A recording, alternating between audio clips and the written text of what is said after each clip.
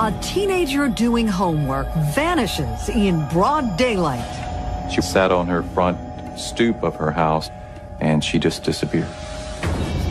A desperate search. Then, a gruesome discovery. Sophia had been murdered. It was a total loss of innocence in this county. It felt like somebody was reaching down inside your throat, ripping your guts out. We had absolutely nothing. Until microscopic evidence led to an arrest. The whole community breathed a sigh of relief. But while Sophia's alleged killer sat in jail, 2 more girls were found dead. The crimes appeared to be essentially identical. Was the wrong man behind bars, while her killer roamed free.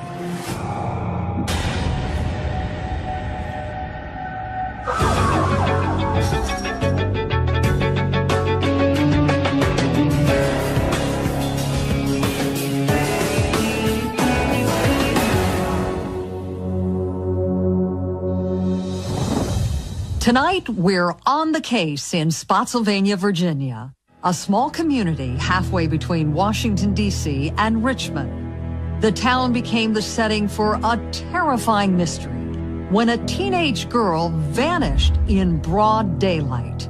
Her disappearance was the beginning of a nightmare that would last for years.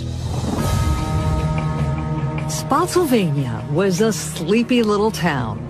The kind of place where children played in their front yards without a care in the world. Violent crime was unheard of. That is, until September 9th, 1996, when police got a call from a frightened mother about her missing teenager. She had disappeared while doing her homework. Her daughter was missing. There was no sign of her. The last time that she was seen, she was on the front porch of her house. Her parents told police a terrifying story. Their 16-year-old daughter, Sophia, had gotten home from school that day and checked in with her older sister inside the house. She fixed herself a snack and went outside to study. She went out and sat on her front stoop of her house to do some homework and perhaps listen to the radio, and she just disappeared, vanished. It didn't make sense that she had just off and left and not said anything to anyone. But again, there could have been that possibility that maybe she did, and she's going to come back. She's going to be, she's going to come back home and everything's going to be fine. As the hours went by, we were worried. We were worried. By the time the Silvas called police, they had already checked with all of their daughter's friends, and none of them had seen Sophia. The Silvas were a very close-knit family, and they knew their daughter Sophia very well. When she wasn't at home when she was supposed to be, they knew something had to be wrong.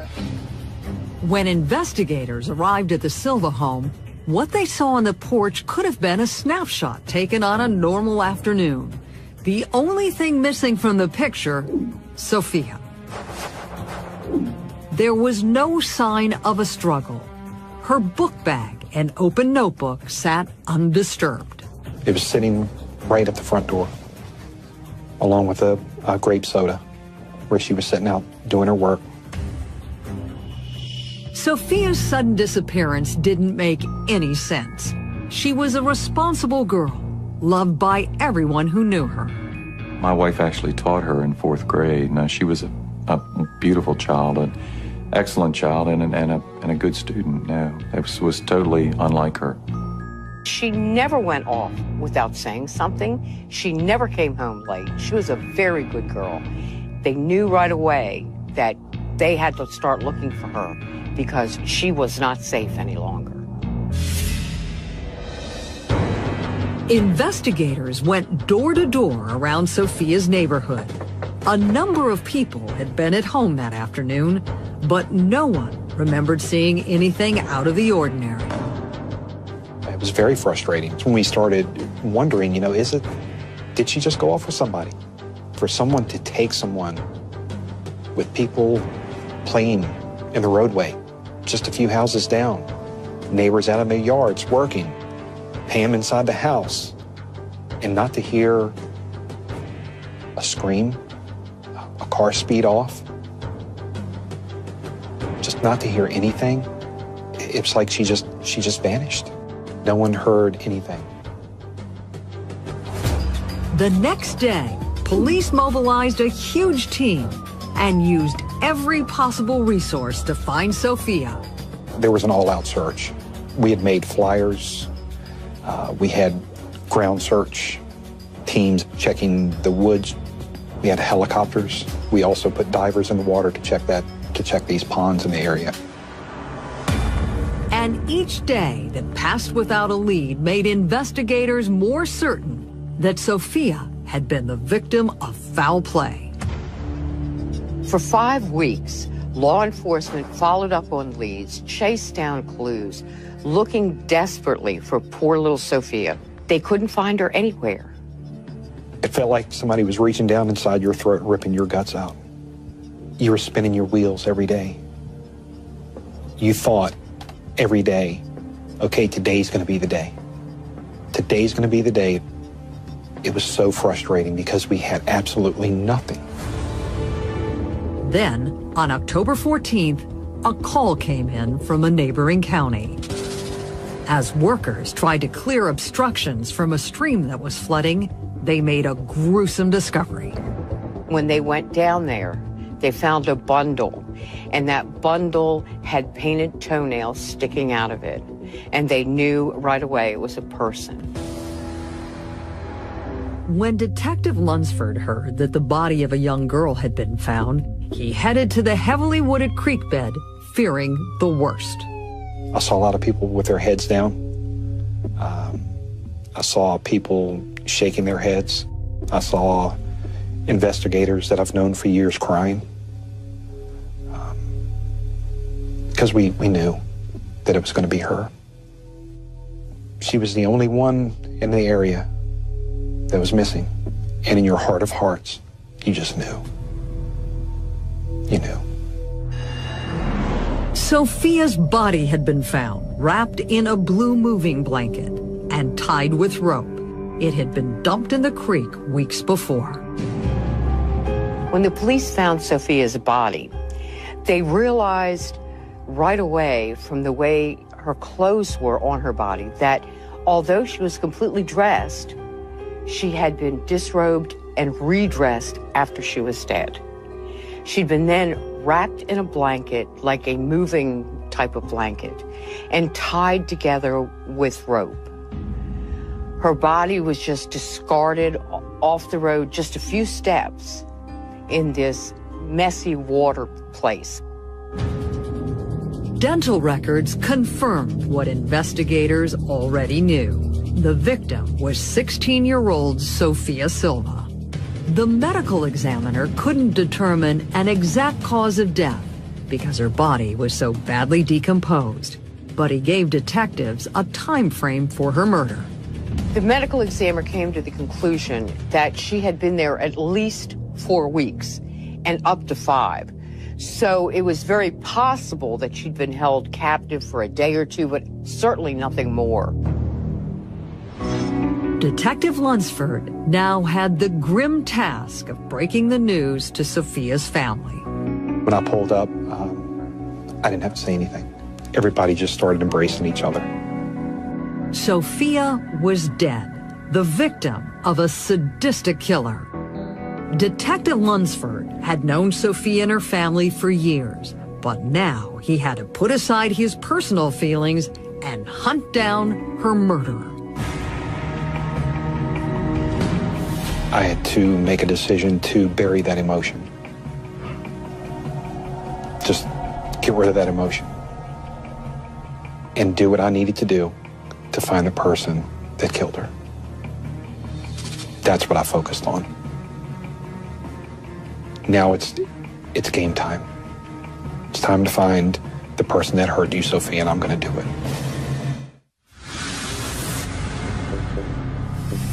Detectives went back to the beginning, to the day Sophia disappeared, looking for clues.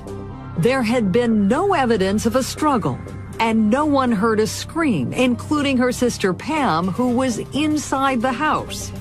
Investigators believed it was possible that Sophia may have willingly left with her killer. Because Pam didn't hear anything, because no one else heard anything, maybe she knew this person. So, we start looking, you start close to home and you work your way out. Investigators interviewed Sophia's family and were able to quickly rule them out as suspects. When they went door to door questioning neighbors, one name kept coming up: Carl Rausch. The 44-year-old handyman had a criminal record and lived down the street from the Silvas. He had a negative reputation in the area. He was known to drive around the neighborhood in an old van and kind of leer out the windows at girls and children.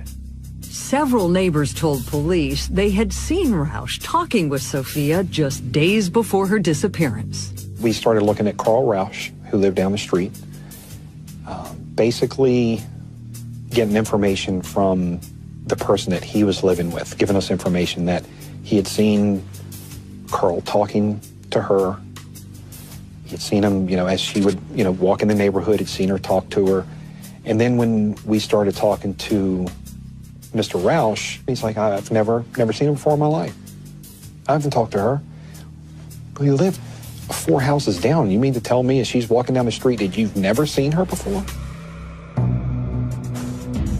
Detectives asked him to come to the station to take a lie detector test. He refused. But investigators were able to obtain a search warrant for his vehicle. I took carpet fibers from the car. I took hair from the car. And there was also like some purple flakes that was in the carpet. Investigators believe the purple flakes may have come from the purple nail polish that Sophia was wearing. They hoped the fibers would be a match to the ones found on Sophia's body. The evidence was sent to the crime lab in Richmond to be analyzed. They took those items from her and the items that I collected and examined them for comparison. Detectives then went to the apartment where Rausch had been living at the time of Sophia's abduction. There were similar type moving blankets that were used that Sophia had been wrapped in, and also some twisted, almost like a hemp type rope. For investigators, it was all starting to add up. Then, Detective Lunsford got the call he had been waiting for from the Virginia Crime Lab. I'll never forget that call. The examiner called me. She said, I've got good news. I was like, okay. She said, all the items match. We were like, here it is. We're done. We're done with this person being able to ever hurt another girl in our county. We've got him. As far as investigators were concerned, it was a slam dunk. They had their killer. Carl Rausch was indicted for the murder and abduction of Sophia Silva. As prosecutors began to build their case against him, Rausch was picked up and placed in jail on an outstanding warrant. He jumped bail on a felony shoplifting charge, and he pleads guilty to that charge and signs up for a year in prison without parole. He was arrested, but on another lighter charge. They didn't immediately charge him with murder because they didn't have to. They could keep him locked up on this shoplifting charge while they investigated and made sure they had enough evidence to convict him. With the presumed killer behind bars, Spotsylvania once again began to feel like a safe place to live. When Carl Rausch was put into jail, the whole community breathed a sigh of relief. I believe the community felt a lot of relief that this person had been caught, or we knew who this person was, we knew who was responsible, and they wouldn't have to worry about this person hurting their child. So there was a lot of relief. A lot of happy investigators at that point. But that relief wouldn't last long. On May 31st, 1997, a call came in from a man named Ron Lisk. His 15-year-old daughter, Kristen, and 12-year-old daughter, Katie, were nowhere to be found. 2 girls, 2 sisters were missing. Not that far from where Sophia had been abducted from. But both sisters were gone. No trace. Vanished, just as Sophia did. Their father had come home to find their school books in the yard, the front door open, and a glass of chocolate milk on the counter. Both girls had gotten home from school. The alarm to the house had been deactivated. Kristen liked chocolate milk. She had made a glass of chocolate milk. She had changed her shirt from the shirt that she wore to school. And they had placed a water hose into the pool, and that water was running still in the pool when the deputies arrived on the scene to take the missing persons report.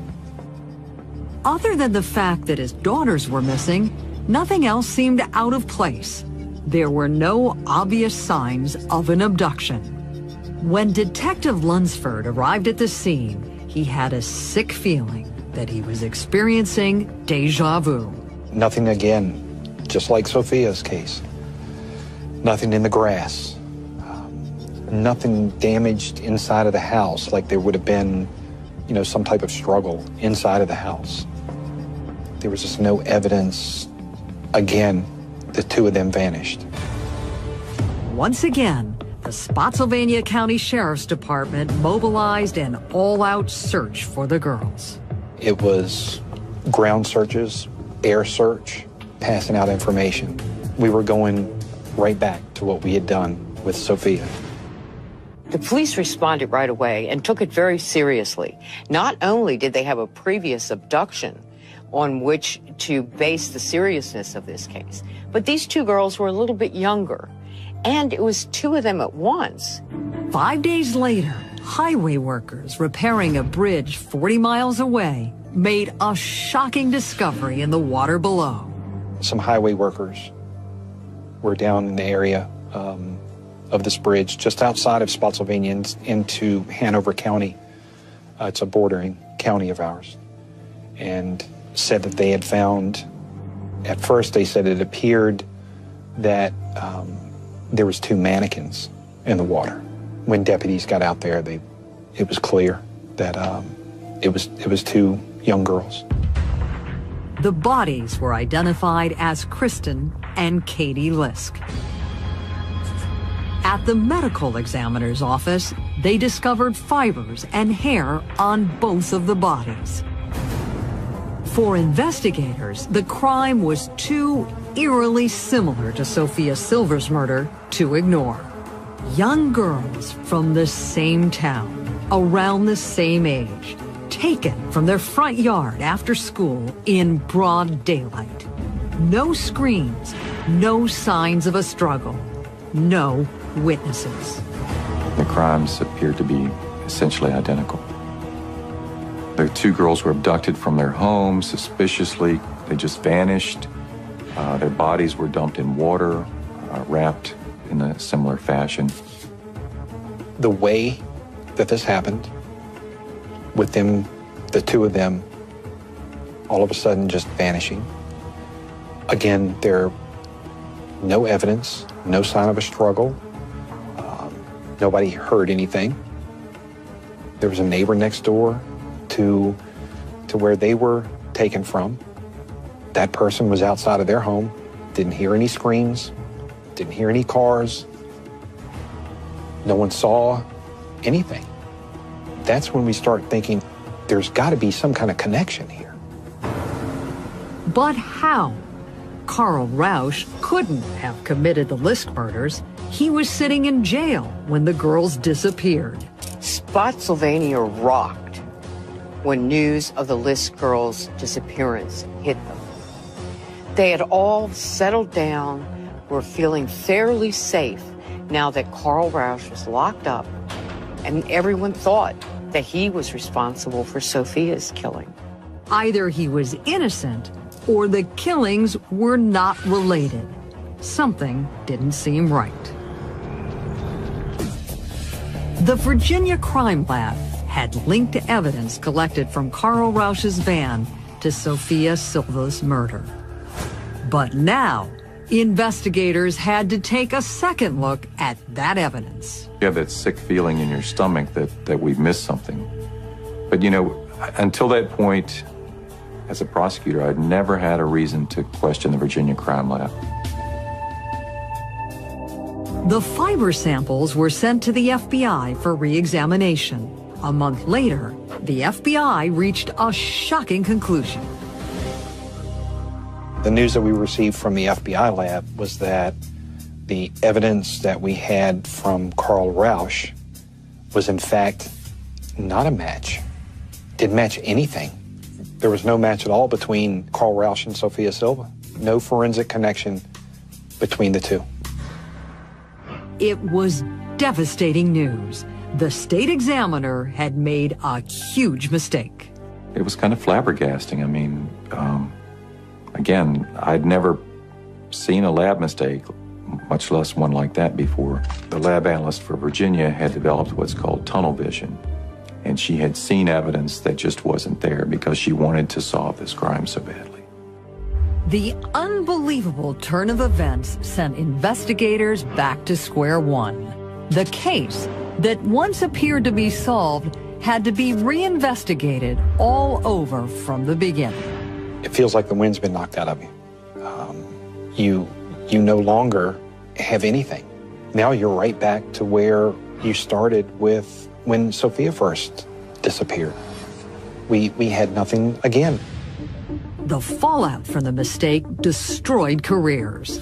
The analyst from Virginia's crime lab was fired, and Spotsylvania County was left to deal with the aftermath of falsely accusing a man of murder. Even before I could react, Sheriff Knight had scheduled a press conference to announce on the courthouse green that we made a mistake, that Carl Rausch wasn't the guy, and that the charges against him were going to be dropped.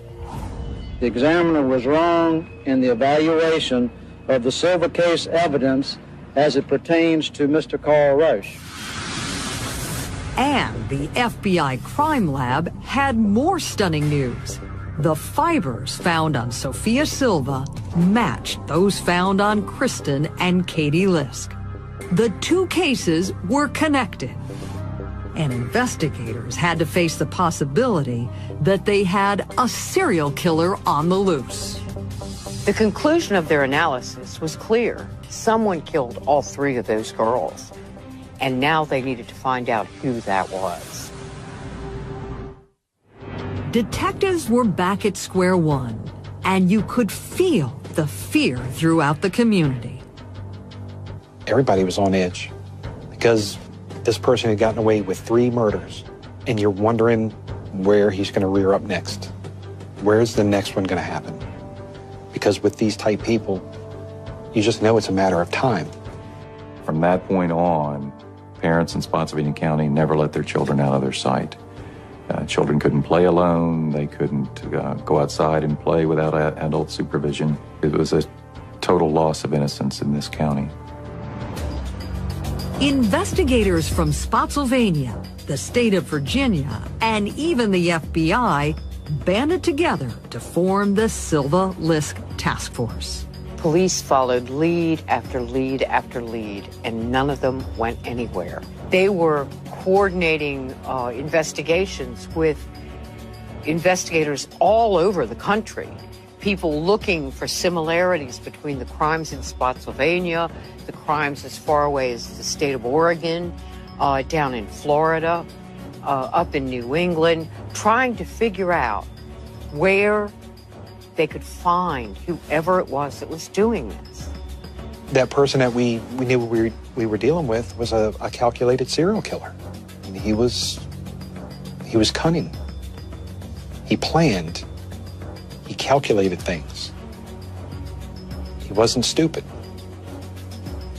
and he wasn't going to do anything stupid. He knew what he was doing, and he was good at it. As the months turned into years with no arrests, Detective Lunsford began to accept the terrible truth. The killer would never be found unless he struck again. I thought, you know, this guy, he got away with it. He got away with it, and what's going to happen next? Where's the next victim going to be? 5 years later, and hundreds of miles away in Columbia, South Carolina, the Lexington County Sheriff's Department received a call. A 15-year-old girl had disappeared from her friend's front yard. Her name was Kara Robinson. The friend told police that Kara had offered to water the plants in the yard while she got ready for their day at the lake. But when the friend came outside, Kara was nowhere to be found. She couldn't see Kara anywhere. But what she did see was that the hose was laying there in the flower bed. That's when she started to panic, and she contacted her mother right away. Of course, her mother then contacted Kara's mother to try to find out what happened to Kara. And nobody knew, so they called the police. When police arrived, they found no evidence of a struggle and no sign of an abduction. But they did find a witness, a neighbor who had seen Kara talking with a man. Another gentleman in the neighborhood said that he'd seen a car, described the man who got there with the car and talked to Kara, and he felt like Kara had voluntarily gotten into the car. Kara's mom insisted her 15-year-old daughter would never get in a car with a stranger. She knew her daughter was not a runaway. She knew her daughter had not done anything wrong. She knew somebody had kidnapped her daughter and was holding her against her will. As the hours began to pass with no sign of Kara, she was officially listed as a missing person in Lexington County. That night, there was a lot of worry. There was dying hope, and the police were beginning to think about the serious possibility of foul play. And as the night wore on, the hopes of finding Kara Robinson alive began to fade. But Kara Robinson was still alive. She was trying to survive a nightmare that began when she was outside her friend's house watering the plants. Kara still remembers every detail of that day like it was yesterday. I noticed a car on the way out of the neighborhood. It's a Trans Am. I was like, God, I like that car. I wish I could have one like that. And didn't think anything else about it. When the car circled back and pulled into the driveway, Kara wasn't at all suspicious. When the driver got out, he appeared to be perfectly normal. He was just your average, everyday guy. He was, clean cut. He had on a baseball cap, but it wasn't pulled down low over his eyes. Just normal, everyday, middle-class, white American male. Just nothing scary about him. Kara says the man approached her and asked her if her parents were home. He walked over to me. He kept a respectable distance away from me. He came up to me. He had some magazines in his hand, and he said, "Hey, I'm trying to distribute these pamphlets and these magazines to some people in the area. And are your folks home?" I said, "Well, this isn't my house. This is my friend's house." And he's like, "Okay, well, what about her parents? Are her parents here?" And I said, "No, her mom's at work." The man moved alongside of her and pulled out a gun. And he came around with a small weapon and told me not to make any noise. He said, "If you scream, I'm going to shoot you." It was a very small gun that he could pretty much conceal in his hand. He said, "Don't struggle, don't fight, don't make any noise. I'll shoot you." And he said, "Walk with me to my car." And I walked with him to the car. Kara says she considered running or fighting, but I thought several times throughout the incident about doing something, but it always came back that he could probably overpower me. I was much too small to fight him. Carefully concealing his gun, the man led Kara to his car. Everything was happening so fast, she didn't have time to react. He opened the driver's door and put the seat forward, and I saw into the back seat. In the back seat, there was a large Rubbermaid container. He said, "Get in." I said, "Where am I supposed to go?" He said, "Get in the container." So I got in the container. Kara followed the man's instructions and braced herself for what was about to happen. I knew that he had intentions of kidnapping me and keeping me. I had a pretty good suspicion, people don't kidnap young girls to take them to the park or, to do anything nice. I knew that most likely he was going to sexually assault me. I knew that he was planning on keeping me for a while. But I knew that I was smart, and I knew that I was going to be able to outsmart him in some way. I think a supernatural calm kind of came over me, and I knew that I was going to escape. There was not a question in my mind. As Kara lay inside the container, her captor, after about 10 minutes, the car suddenly stopped. The first time he stopped, it was probably about 5-10 minutes maybe. Her abductor lifted the lid off the container, handcuffed her, and bound her legs.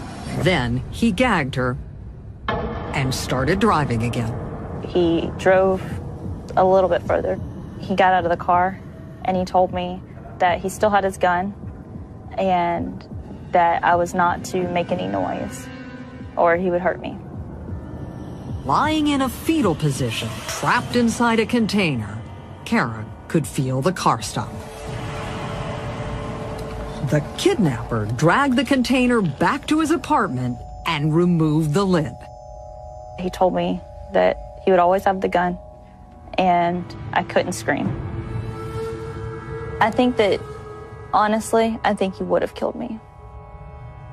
At that point, the man untied her legs but left her handcuffs on. He led Kara into his bedroom. She was terrified, but surprisingly, he took out a pen and paper and began asking her questions. How old I was, what my name was, questions about if I'd ever used drugs, if I'd ever had sex before, if I had a boyfriend, just questions about me and my life, and recorded down all the answers. Kara was taking notes of her own. She noticed things around the apartment that made her believe a woman lived there. While she tried to commit all the details of her surroundings to memory, she also did everything her captor ordered. Because the more I could put him at ease and get him to let his guard down, the more likely I was going to have a chance to get out of there. After Kara's attacker was done with his questions, he repeatedly raped her throughout the afternoon and evening. He attached her to the bed with handcuffs. He also tied one of her legs with a rope to the foot of the bed. He then lied down next to her and went to sleep. Kara was emotionally and physically drained. The strain was unbelievable. And I started really just having a full-on anxiety attack. Couldn't breathe. Just out of nowhere, my heart was pounding. And I'm sure I was crying. All of that combined with the physical and psychological, emotional exhaustion that I felt, I did eventually fall asleep. Several hours later, Kara awakened to her abductor lying next to her. I woke up and he was still asleep. I could hear heavy breathing. There was a little bit of light coming through the window, very early morning light. And I knew there was not going to be any time that his guard was lower than it was at that point. and I knew this was it. This was the time to go. Amazingly, Kara was able to slip her tiny wrist out of the handcuff. With her free hand, she tried to unhook her leg, but then her captor stirred. I stopped what I was doing again and listened. And he was still breathing heavy, still asleep. So I kept on going. Eventually, I was able to unhook my leg from the bed, and at that point, slowly slid out of bed. Once out of bed, she found her shorts and one of her attacker's t-shirts. Quietly, she moved towards the front door, but when she got there, the way out was blocked.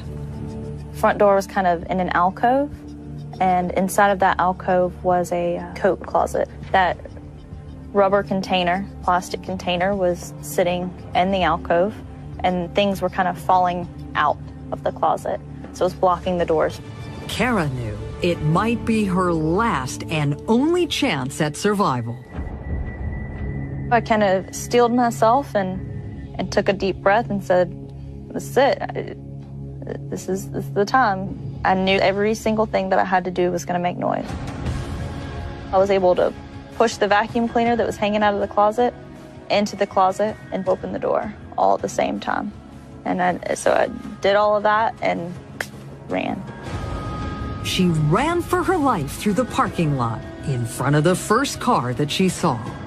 There were two men in the car, and I ran out in front of the car, and they stopped. I went up to the passenger side, and I said, I was kidnapped, I was sexually assaulted, I still had the handcuffs hanging from my wrist. I held them up while I was talking to them and showed them to them, and they said, "What do you want us to do? What should we do?" She pleaded with them to take her to the nearest police station. But before they left, Kara pointed to the apartment she had just escaped from and said to the men, "Remember that door." The men drove Kara to the Richland County Sheriff's Department to tell her terrifying story. She's got handcuffs on her. You can tell something's going on. And she tells us that she's been kidnapped and sexually assaulted. As the investigator began interviewing her, she recounted every detail of the 18 hours spent with her kidnapper. It was just like memory dump. I had to get everything out. So I remember this. And he's writing it all down. I had the handcuffs. I had the leg restraint still on my leg at that point. I don't think they had any choice but to believe me. We were just totally amazed that she was able to go through what she did, and the survival instincts and that will that she had within her to escape and to play him. She realized what she had to do to survive. All the time she's planning, how am I going to escape? What am I going to be able to do? That was the survival instinct that she had, and it worked. And when the moment came that she had an opportunity to escape, she did it.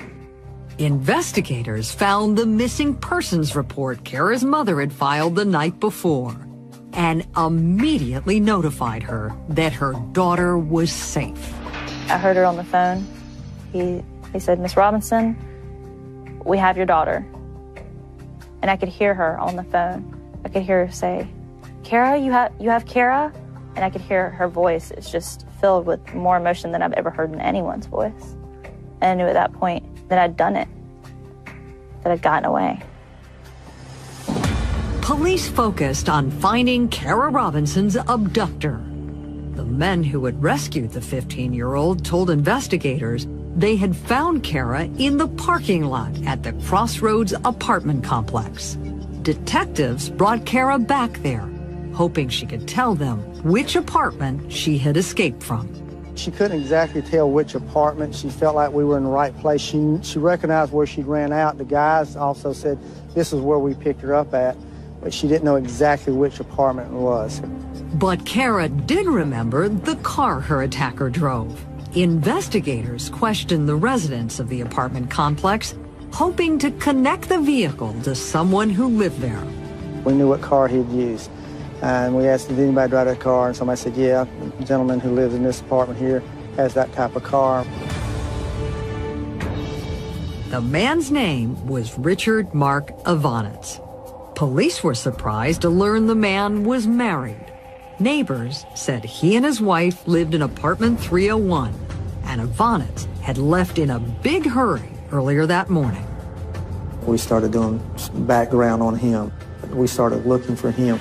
Detectives sent out an all-points bulletin for Evonitz and put a trace on his cell phone.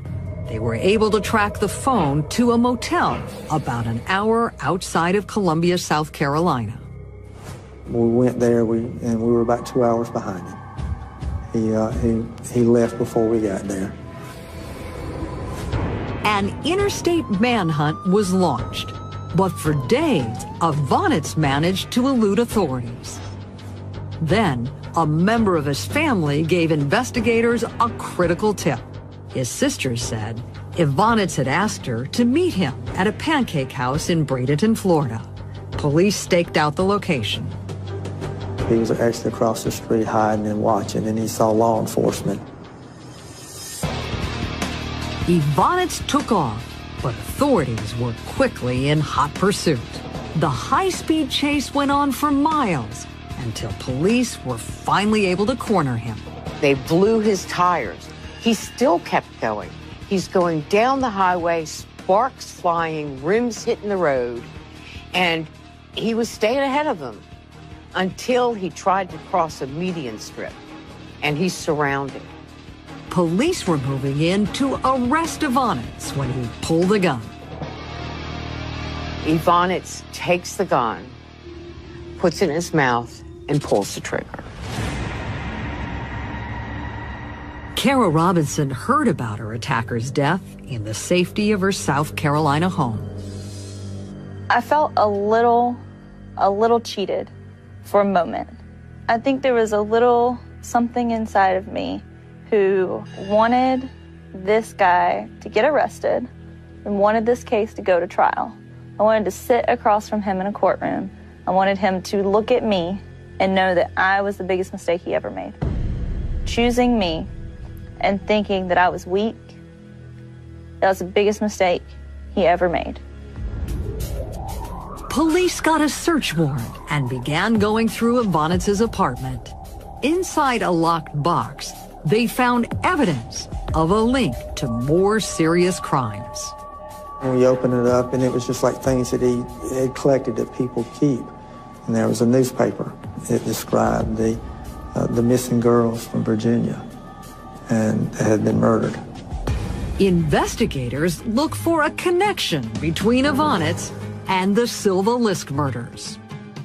They realized that, yes, there was Mark Evonitz who lived in Spotsylvania at the time that the Lisk girls and Sophia Silva went missing. Sheriff Lott called investigators in Spotsylvania. He told them he had evidence that Evonitz might be the killer they had been searching for. We found out where he worked, went in, we pulled his work records, and found out that on the days that Sophia and Kristen and Katie were abducted, he was not working those days. And he lived within miles, a few miles, of both those locations. The pieces of a disturbing puzzle were starting to come together. But investigators needed more proof. They tested the hair and fiber evidence found during the Silva and Lisk cases against evidence collected from Evonitz's car. The FBI lab reported they were a match, and there was even more damning proof. When they searched his vehicle, they found Kristen's fingerprint on the inside of the trunk. Even after 5 years, it was still there, plain as day. Kristen Lisk's fingerprint, the fibers, and the hair gave investigators all the proof they needed. Mark Evonitz was the man who had kidnapped and killed Sophia Silva and the Lisk girls. The link with the evidence from Sophia's from Sophia's case to Kristen and Katie's, and then from the fingerprint from Kristen being found in the trunk, it tied Richard Evonitz to all three girls. The sheriff in Spotsylvania made the tearful announcement at a news conference. Our hope today is that this announcement gives you some answers to your many questions, and that it may bring you some small amount of closure and comfort in knowing that the individual responsible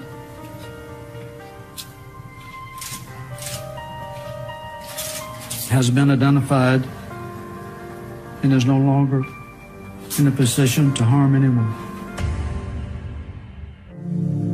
Spotsylvania's long nightmare was finally over. Kara Robinson's courage in the face of a terrible assault had brought Evonitz's killing spree to an end. There's some very special people in the world that you have contact with, and she's one of those. It's just what she was able to accomplish. You know, you don't see adults be able to do this, and here she is, a 15-year-old young girl who just the courage and the will to survive that she had, it just made her special. Even though it killed itself, he could have still had control over her the rest of her life if she would have allowed it, and she didn't. From day one, she was not going to let him take her life away. But Kara refuses to see herself as a heroine or a victim. She has become a police officer and believes her story can show others how to overcome the traumas of violent crime. I think a survivor, that is a word that says something happened to you, but you were strong enough to overcome it. I'm going to take that bad thing that happened, and I'm going to take the positive away from it. I'm going to take it, I'm going to learn, I'm going to grow, I'm become a stronger person. I'm going to become a better person because of what happened to me. Kara doesn't believe Mark Evonitz abided by the law during the 5 years between the List murders and her abduction, and fears he may be responsible for other unsolved crimes. She hopes that going public with her story convinces anyone with any information about other attacks to contact police. Join us next time when we're back on the case.